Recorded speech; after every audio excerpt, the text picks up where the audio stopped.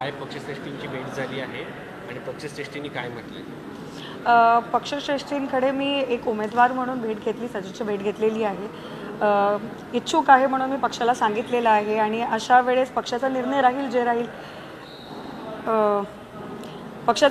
जे राहील आणि कार्यकर्ता म्हणून पक्षाची एक युथ काँग्रेसची NSUIची कार्यकर्ता म्हणून मागणं आमचा अधिकार, पक्षाचं देणं न देणं हा पक्षाचा निर्णय आणि पक्षाचा आदर्श पालन करणं हा आमचं कर्तव्य आहे. पण अलीकडच्या काळामध्ये असं होतं की उमेदवारी मिळाल्यानंतर अनेक दुसऱ्या पक्षात जाताना पाहायला मिळतात. चर्चाही झाल्या होत्या मध्यंतरी वडेट्टीवार साहेब जाणार म्हणून अशोक चव्हाण गेल्यानंतर, त्याबद्दल काय सांगाल? माझ्या वडिलांचं मूळ NSUI आहे आणि NSUIच्या नंतर ते शिवसेनेत भलेही गेले असतील, पण शिवसेनेनंतर ते परत काँग्रेसमध्ये आले. तेव्हा राणेसाहेबसुद्धा गेले, तेव्हाही साहेबांनी पक्ष सोडलं नाही आणि आताही जेव्हा अशोक चव्हाण साहेब गेले तेव्हाही साहेबांनी पक्ष सोडलं नहीं, कारण की अमृत नोनी आर्थो प्लस, ये एक प्रूवन फॉर्मूला। इसमें मौजूद नोनी फल के गुण और आयुर्वेदिक जड़ी बूटियां शरीर को जरूरी पोषक तत्व देने के साथ साथ हड्डियों और जोड़ों के घिसने, उनमें होने वाले सूजन और दर्द को रोकने में मदद करता है। दर्द मुक्त जीवन के लिए अमृत नोनी आर्थो प्लस। जी विचारधारा आहे काँग्रेस पक्षाची, त्याला धरून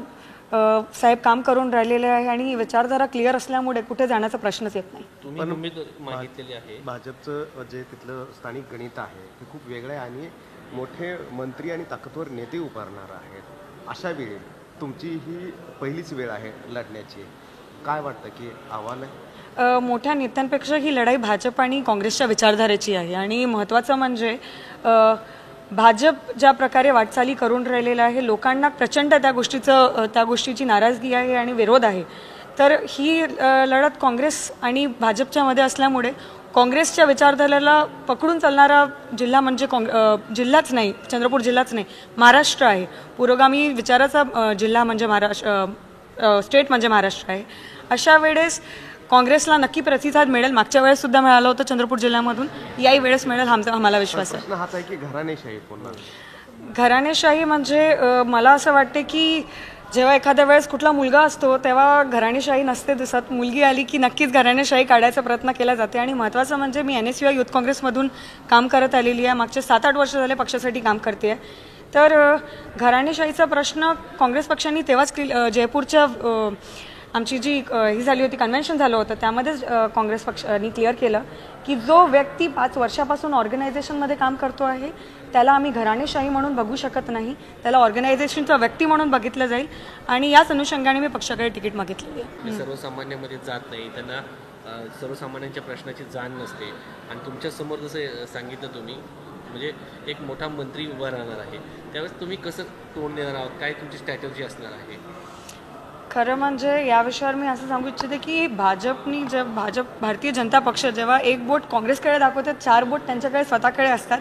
त्यांच्या अंतर्गत पक्षामध्ये इतकी घराणेशाही आहे, असे व्यक्ती आहेत जे काल पक्षामध्ये कुठेच नव्हते आणि आज पक्षामध्ये ते मोठे मोठे इलेक्शन्स लढून राहिलेले आहे, जेव्हा की मी पक्षामध्ये काम करून राहिलेली आहे. आणि महत्त्वाचं म्हणजे आता जे आपण सांगितलं, मोठे नेते पक्षामधून उतरवले जातील भारतीय जनता पक्षामधनं. अशा वेळेस मला असं वाटते की भारतीय जनता पक्षाचे जे मोठे नेते आहेत ते इतके मोठे झालेले आहे की तळागाळापर्यंत ते पोहोचू शकत नाही. आणि मी एक युवा नेतृत्व म्हणून ग्राउंड लेवलवर जेव्हा मी काम करते आहे तेव्हा मी तळागाळापर्यंत पोहोचू शकते आणि स्थानिक लोकांपर्यंत, युवकांचे प्रश्न माझ्यापर्यंत ते कन्व्हिनियंटली माझ्यापर्यंत पोहोचवू शकतात. या गोष्टींचा ॲडव्हान्टेज मला आहेच. पक्षामध्ये काही अंतर्गत आहेत, त्यांनी देखील दावा केलेला आहे, त्यांच्याकडे कसं बघता तुम्ही? नाही, पक्षाचे अनेक कार्यकर्ते आहेत जे अनेक वर्षापासून काम करून राहिलेले आहे. सगळ्यांचा अधिकार आहे पक्षाकडे तिकीट मागण्याचा. शेवटी निर्णय पक्षश्रेष्ठींचा असतो, हायकमांडचा असतो. त्यांचा निर्णयाचं पालन करणं आमचं कर्तव्य आहे. तर जे पण निर्णय देतील त्याचं आम्ही कर्तव्याचं पालन करू. महत्त्वाचा निकाल लागला इलेक्ट्रॉल बॉन्डच्या संदर्भात, सातत्यानं टाळाटाळ करताना पाहायला मिळालं होतं. मात्र अखेर सर्वोच्च न्यायालयाने सांगितलंय की उद्यापर्यंत सर्व माहिती निवडणूक आयोगाला द्या आणि 15 मार्चपर्यंत ही सर्व माहिती वृत्तपत्रामध्ये जाहीर करा. कसं बघताय निर्णय? सुप्रीम कोर्टाचा मी खरं म्हणजे खूप खूप आभार मानते. अशा वेळेस त्यांनी इतका चांगला निकाल लावलेला आहे. ज्याच्या मनात काही खोट नसते ते लोक या गोष्टीला विरोध करतील नाही, हे मी सांगू इच्छिते. जर कोणी विरोध करायचा प्रयत्न केला या गोष्टीला आणि या गोष्टीला याची अंमलबजावणी होण्यापासून रोखण्याचा प्रयत्न केला तर त्यांच्या मनात खोट आहे, जनतेने समजून घ्यावं. एवढेच मी जनतेला सांगू इच्छिते. थँक्यू.